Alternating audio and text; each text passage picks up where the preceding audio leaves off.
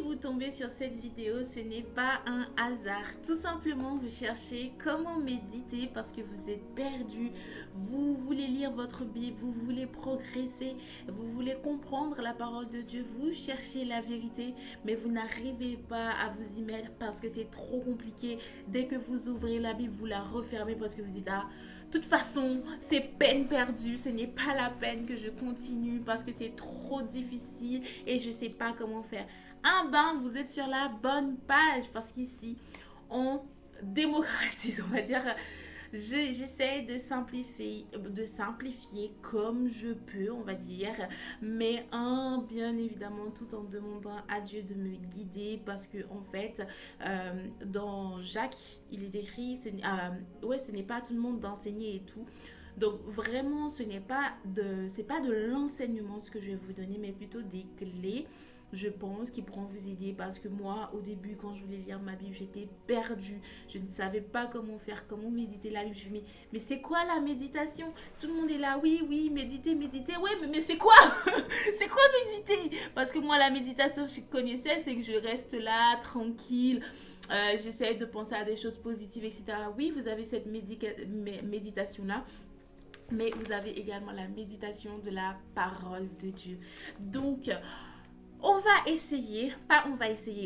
se donner pour objectif de méditer Ecclésiaste. Donc le livre Ecclésiaste, pourquoi je commence avec celui-là? Parce qu'il est très court, c'est 12 chapitres. Après, ce n'est pas le plus court, c'est parce qu'il est très court et c'est une histoire. Et les histoires, on est être humain, on aime les histoires, on aime les choses qui s'y vont très vite. Après, il y a une autre histoire aussi que j'aime beaucoup, c'est le livre de Jonas, on va le lire aussi ensemble. Mais évidemment, c'est petit à petit que l'oiseau fera son nid. Donc, on va pas commencer par des choses compliquées et tout. Donc, petit à petit, on va méditer ensemble, on va progresser ensemble. Donc, comment vous devez méditer? Premièrement, avant de commencer à ouvrir votre Bible, vous demandez à Dieu de vous guider. Qu'est-ce qu'il souhaite vous révéler? Si vous avez déjà un passage que vous voulez méditer, ben là, c'est déjà plus clair. Mais si vous ne savez vraiment pas sur quoi méditer, vraiment, vous pouvez faire le test. Hein. Vous dites, Seigneur, vraiment, guide-moi. Faites votre prière tranquille et après, vous ouvrez votre Bible sur la... Je vous promets que si votre prière elle est sincère, vous allez vraiment tomber sur un passage qui correspond à la prière que vous venez de faire. Et dans ce cas-là, vous pourrez méditer sur ce passage que Dieu vous aura donné. Mais si vous voulez lire votre Bible sans le hasard comme ça, même si ce n'est pas du hasard, c'est Dieu qui vous guide, ben en fait, on peut commencer avec le livre d'Ecclésiaste. Si toutefois vous n'avez pas encore vu la première vidéo, je vous invite à aller la voir parce que du coup ce sera beaucoup plus simple puisque du coup j'essaie de vraiment de le lire dans l'ordre. Donc on a lu Ecclésiaste 1, maintenant on va passer à Ecclésiaste 2. Bien évidemment, la compréhension de la Bible peut être différente pour chacun parce que ça dépend de l'émotion dans laquelle que vous êtes. Mais n'oubliez jamais que même si c'est votre compréhension, mais c'est quand même la parole, ce qui est écrit et tout. Donc en fait, toutefois, s'il y a des difficultés, n'hésitez pas vraiment à prier. Et si vous ne comprenez vraiment pas, vous pouvez vous aider de ChatGPT ou des recherches sur Internet pour que vous puissiez vous guider.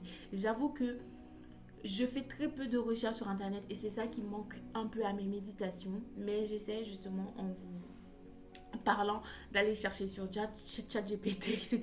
S'il y a vraiment des termes qui sont pas clairs. Mais j'avoue, j'essaye d'éviter un peu. Je veux que Dieu me guide, je veux que Dieu m'explique, je veux que... J'avoue que je suis plutôt exigeante et tout. Mais c'est vrai que je dois commencer à faire des recherches sur Internet pour pouvoir justement... avoir plus de connaissances en fait et pas juste me baser sur la Bible, même si en vrai on devrait se baser que sur la Bible parce que c'est là la vérité en soi. Bref, sur ce, si vous n'êtes pas encore abonné, je vous invite à vous abonner pour avoir la suite des vidéos et surtout à vous donner votre avis en commentaire. Qu'est-ce que vous en pensez de cette série-là? Certes, ce n'est pas une série qui fait pop pop pop, qui va faire pleurer et tout, mais c'est une série qui va parler de la parole de Dieu et vraiment, je trouve que c'est très intéressant de passer du temps dans la présence de Dieu parce que c'est là qu'il va se révéler à vous. Donc, je promets, je ne sais pas si je promets de faire 20 minutes celle-ci parce que j'ai déjà pris 5 minutes pour vous montrer le cadre. Maintenant, on va lire Ecclésiaste 2. Si vous ne pouvez pas prendre votre Bible, eh ben, vous allez méditer plus tard. Bien évidemment, cette vidéo-là, c'est juste une base. Ou bien peut-être que vous avez déjà lu le livre Ecclésiaste et là, vous venez on va dire, complémenter ce que vous avez compris. Ok? Let's go. Ecclésiaste 2. Je me suis dit, viens, goûte au plaisir de la vie, découvre le bonheur. Et voilà, cela non plus n'a pas de sens. La gaieté est une chose stupide et la joie n'apporte rien. J'ai décidé de me mettre à boire et d'imiter ce qui manque de sagesse, tout en restant maître de moi. Donc vous voyez là, il a dit tout en restant maître de moi. Ça veut dire que vous avez le droit de boire de l'alcool, mais vous devez rester maître de vous. Vous ne devez pas vous enivrer parce que c'est à partir de là que vous péchez. Donc là, vous voyez bien, il dit, je décide de me mettre à boire et d'imiter ce qui manque de sagesse tout en restant maître de moi. Donc vraiment, si vous buvez, si vous savez que vous ne pouvez pas vous contrôler, eh ben, je vous conseille de ne pas toucher à une goutte d'alcool. Mais si vous savez que vous pouvez rester maître de vous-même, ben, un verre une fois comme ça dans l'année, ce n'est pas un souci, mais juste restez maître de vous, d'accord? Donc ça, c'est les conseils des sages et prenez, parce que la sagesse... Je voulais voir ce que les humains peuvent faire de bien dans ce monde tout au long de leur vie. J'ai réalisé de grandes choses pour moi. Pour moi, j'ai bâti des maisons et j'ai planté des vignes. J'ai fait des jardins et des plantations avec toutes sortes d'arbres fruitiers. J'ai construit des citernes pour arroser les jeunes arbres de mes plantations. Prenez note, hein, parce que là, il est en train de montrer sa richesse, que la richesse, ce n'est pas une mauvaise chose. Parce que Jésus est venu pour qu'on ait la vie et qu'on soit dans l'abondance. Donc, pour moi, j'ai acheté des esclaves. Donc, s'il a acheté des esclaves, voilà quoi. Hommes et femmes, j'ai eu beaucoup de serviteurs. J'ai possédé de grands troupeaux de bœufs et aussi des moutons et des chèvres, plus que tous ceux qui ont vécu avant moi à Jérusalem. Donc, ça prouve qu'il a été le plus riche de tout, même plus riche que son père, qui est David. J'ai amassé de l'argent et de l'or, les trésors des rois et des provinces sous mon pouvoir. Des chanteurs et des chanteuses venaient me distraire, c'est-à-dire qu'ils payaient. Bon, nous, aujourd'hui, je ne sais pas comment on peut les appeler. Je ne peux pas dire si c'est stripteaseuses, mais bref, en tout cas, il avait la main pour payer des chanteurs et des chanteuses pour venir le distraire quand il s'ennuyait dans sa vie de riche. Mais en fait, encore une fois, vous voyez, malgré qu'il avait toute cette richesse-là, il avait un vide, il manquait Dieu parce qu'il s'est détourné de l'éternel et en s'étant détourné de l'éternel, toutes les richesses du monde ne pouvaient le combler. Alors, j'ai eu ce que les hommes désirent le plus. Un grand nombre de femmes. Je suis devenue quelqu'un d'important. J'ai dépassé tous ceux qui ont vécu avant moi à Jérusalem. Et pourtant, j'ai gardé ma sagesse. Mais est-ce qu'on peut dire qu'il a réellement gardé sa sagesse? Oui, il a gardé sa sagesse physique. Mais est-ce que sa sagesse spirituelle, il a réellement gardé? Parce qu'au final, n'est-ce pas un manque de sagesse de n'être séparé de... qu'il ne se soit pas retourné vers le Seigneur. N'est-ce pas un manque de sagesse? Parce que David, malgré qu'il avait péché, en fait, le Seigneur a trouvé grâce. Enfin, il a trouvé grâce aux yeux du Seigneur. Et du coup, il a écrit le psaume 51. Donc, ô Dieu, aie pitié de moi dans ta bonté et ta grande miséricorde. Efface mes transgressions, car je connais, j'ai péché devant toi. Et j'ai fait ce qui est mal à tes yeux. Donc, si aujourd'hui vous avez péché, les péchés ont des conséquences. Les péchés ont des conséquences. Donc vraiment, si vous avez péché, demandez, repentez-vous. Même si vous avez l'impression que vous vivez votre vie, tout est tranquille, ça va venir. Si vous ne vous repentez pas, ça va vous tomber dessus. Donc vraiment, il a gardé sa sagesse, mais on ne peut pas dire vraiment qu'il a gardé sa sagesse spirituelle parce qu'il servait d'autres dieux. Or, c'est le truc, Dieu est un Dieu jaloux. C'est le truc, vous pouvez faire tous les péchés du monde, mais servir d'autres dieux, ça, Dieu ne supporte pas. Parce que combien de fois Babylone, il a détruit, il a fait Sodome et Gomorrhe, etc. Tous ces trucs-là, à chaque fois que Dieu détruisait, c'est parce qu'il y avait servir d'autres dieux et les gens faisaient n'importe quoi et tout. Alors, il pensait qu'il allait vivre éternellement. C'est peut-être pour ça qu'en fait, qu'il a commencé à être aussi dépressif et aussi déprimé dans ses poèmes. Après, c'était quelqu'un qui a une belle plume. Il avait une très belle plume, on va pas mentir.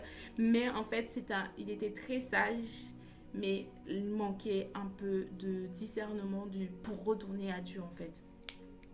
Malgré toutes ses richesses, il a gardé sa sagesse. Donc, malgré quand Dieu va vous élever, n'oubliez jamais de rester humble, de garder votre sagesse, de rester vous-même, en fait, de rester en Christ, parce que sinon l'élévation peut...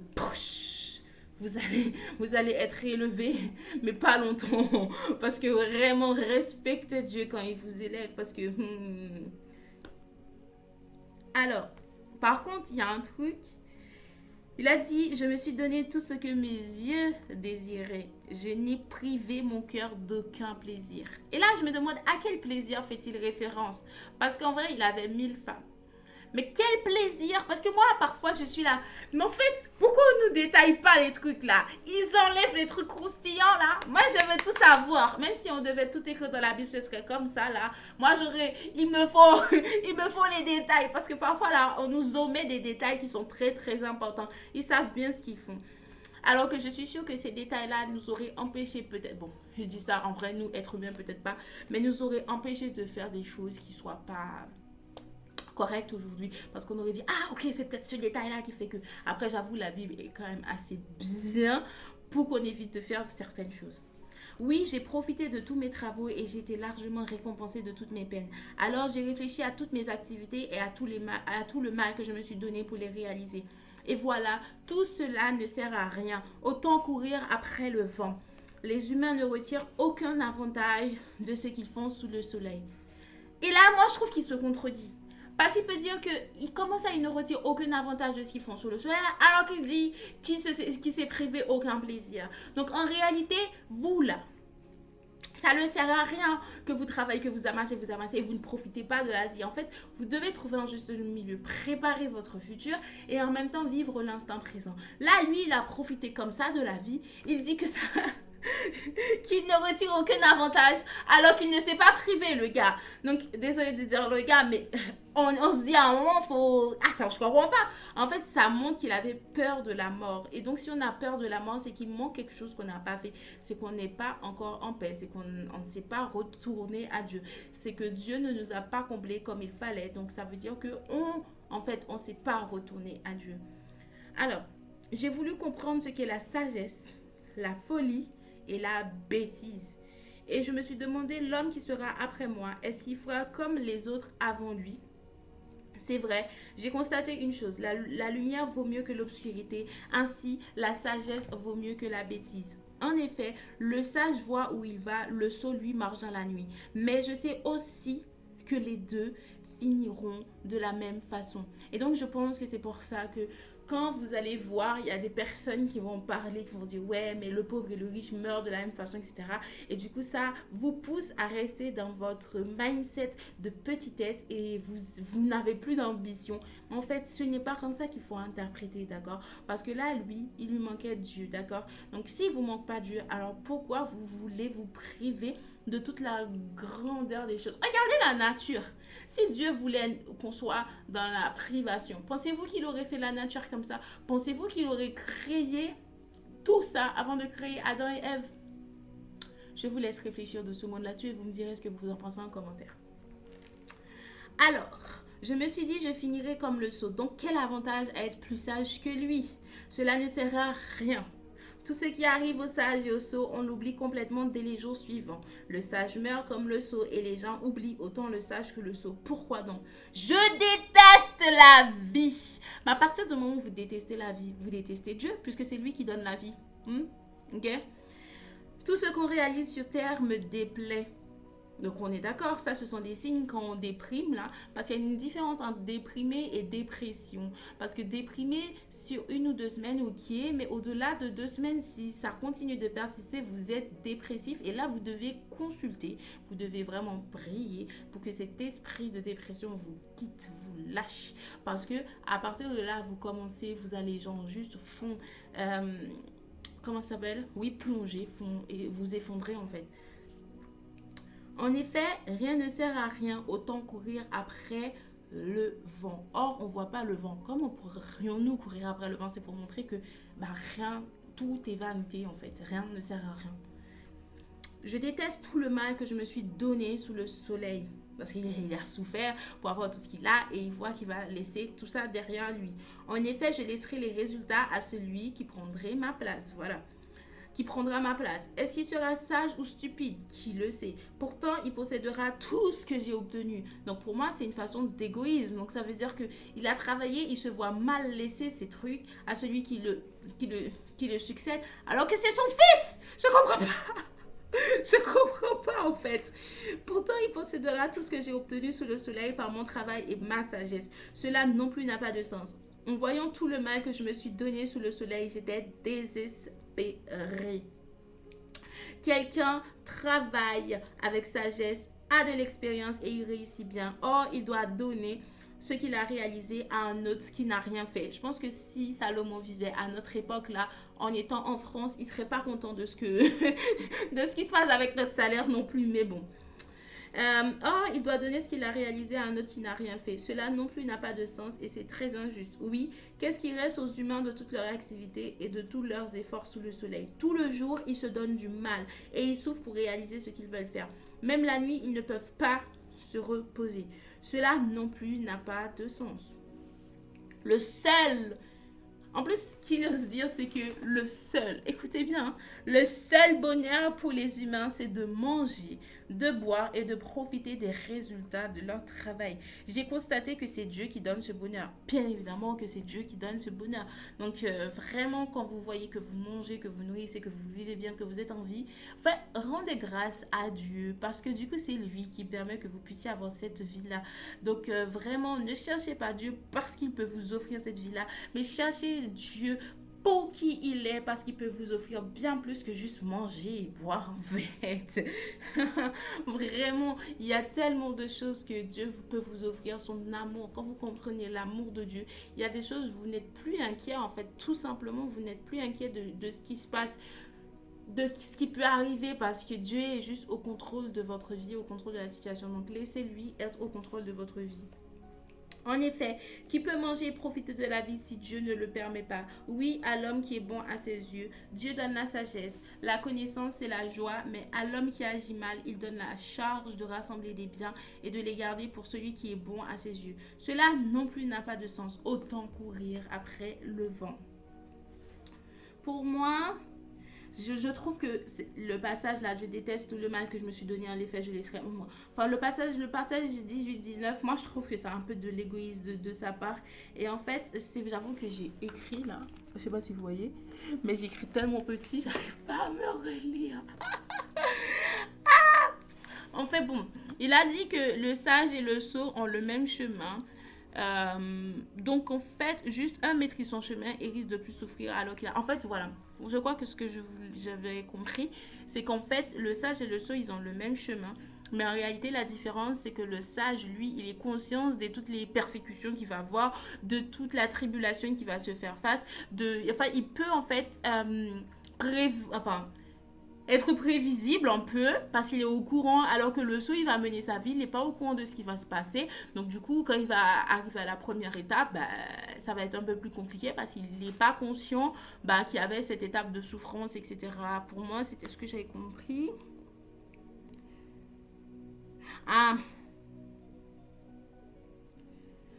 ok. Alors du coup ce qui m'a souligné, c'est le fait qu'il dit qu'il déteste la vie. Il déteste la vie. Donc ça montre qu'en fait, vous pouvez posséder toutes les richesses du monde. Vous n'êtes pas heureux, vous n'avez pas ce bonheur. Parce que tout simplement, c'est Dieu. Et en plus, c'est lui qui dit, c'est Dieu qui peut combler ce bonheur. Or, en fait, lui, il a dit que Dieu peut combler ce bonheur. Mais en fait, il parle du bonheur de manger, de boire et en fait, de profiter du travail de ses mains. Or, en fait, le vrai bonheur, c'est vraiment Dieu. Pas les choses comme ça. Certes, en fait, Dieu contribue à ce que nous soyons bien, mais en fait, le vrai bonheur se trouve vraiment en Dieu. Et sincèrement, le fait qu'ils disent qu'ils détestent la vie, pour moi, c'est une façon d'insulter Dieu. Parce qu'en fait, c'est Dieu qui crée la vie, c'est Dieu qui te crée. Tu ne peux pas dire que tu détestes ta vie parce que ça voudrait dire que tu détestes Dieu. Et à ce moment-là, que tu es en train de pécher. Donc, en fait, il faut te repentir, en fait. Parce que si tu ne t'aimes pas toi-même, en fait, d'une certaine façon, tu n'aimes pas Dieu. Donc, prenez conscience que là, quand il a dit je déteste la vie, je me dis, est-ce que c'est pas parce qu'il s'est retourné vers d'autres dieux, il a loué d'autres dieux, alors qu'en fait, c'est quelque chose que Dieu a interdit, et même dans Deutéronome 28, quand vous y allez, on montre en fait les malédictions, etc. Mais les bénédictions aussi, qu'il ne faut pas servir d'autres dieux pour que vous puissiez avoir toutes les bénédictions. Or, lui, il a quand même continué à avoir toutes les bénédictions que Dieu lui a données, tout simplement parce qu'il était fils de David et que David avait le cœur de Dieu. Et du coup, il a pu hériter en fait des bienfaits en fait que David avait fait. Donc en fait c'est pour ça qu'on vous dit que si aujourd'hui vous êtes quelqu'un de mauvais, en fait, même si vous avez l'impression que c'est pas vous qui allez en fait souffrir, ce sera les générations, ce sera sur 4 générations, ce sera les générations d'après vous qui vont peut-être souffrir. Si aujourd'hui vous êtes quelqu'un de bien et vous avez l'impression que les gens ne vous rapportent pas ce bien que vous faites, ne vous inquiétez pas, vous êtes en train de travailler pour votre génération future. Donc les personnes d'après vont profiter de cette génération et génération. Et c'est la même chose si vous avez vous avez des barrières spirituelles, vous avez des choses, des murs, vous avez des esprits qui vous suivent, nanana. En fait, ça, c'est parce que c'est des générations et ça continue. Donc, du coup, avant de vous engager dans n'importe quelle relation, vous devez briser ces chaînes-là parce que sinon, ça va continuer, continuer, continuer. Donc, vraiment, je vous invite encore une fois à me dire ce que vous en pensez sur cette méditation. Bien évidemment, j'ai essayé de faire vite parce que si je veux faire vraiment une vraie méditation, sincèrement, ça va être très très long parce que le passage, il est très long. Mais c'est juste pour vous donner, comment ça s'appelle, des petites choses comme ça, là, pour que vous puissiez, en fait, complémenter votre méditation. Parce que sinon, les vidéos seraient de tout d'une 1 heure, 1h30, le temps d'aller chercher les références, de vous dire, voilà, c'est comme ça. En fait, ce serait du coup une prédication. Oh, je prêche pas. Donc, c'est vraiment pour vous donner, en fait, comment ça s'appelle, les points clés. Mais en fait, je vais vous mettre dans la description de la vidéo le livre Ecclésiaste 2 avec les références. Comme ça, vous pourrez récupérer les références si toutefois vous n'avez pas un livre de 8 secondes. Donc vraiment, je vous invite à prendre du temps dans la présence de Dieu pour qu'il puisse se révéler à vous. Et surtout, vous le savez toujours que je vous envoie plein d'amour, oh là là, plein d'argent, oh là là. Et prenez soin de vous comme à l'accoutumée et abonnez-vous pour qu'on puisse se retrouver pour le chapitre 3. Sur ce, à bientôt.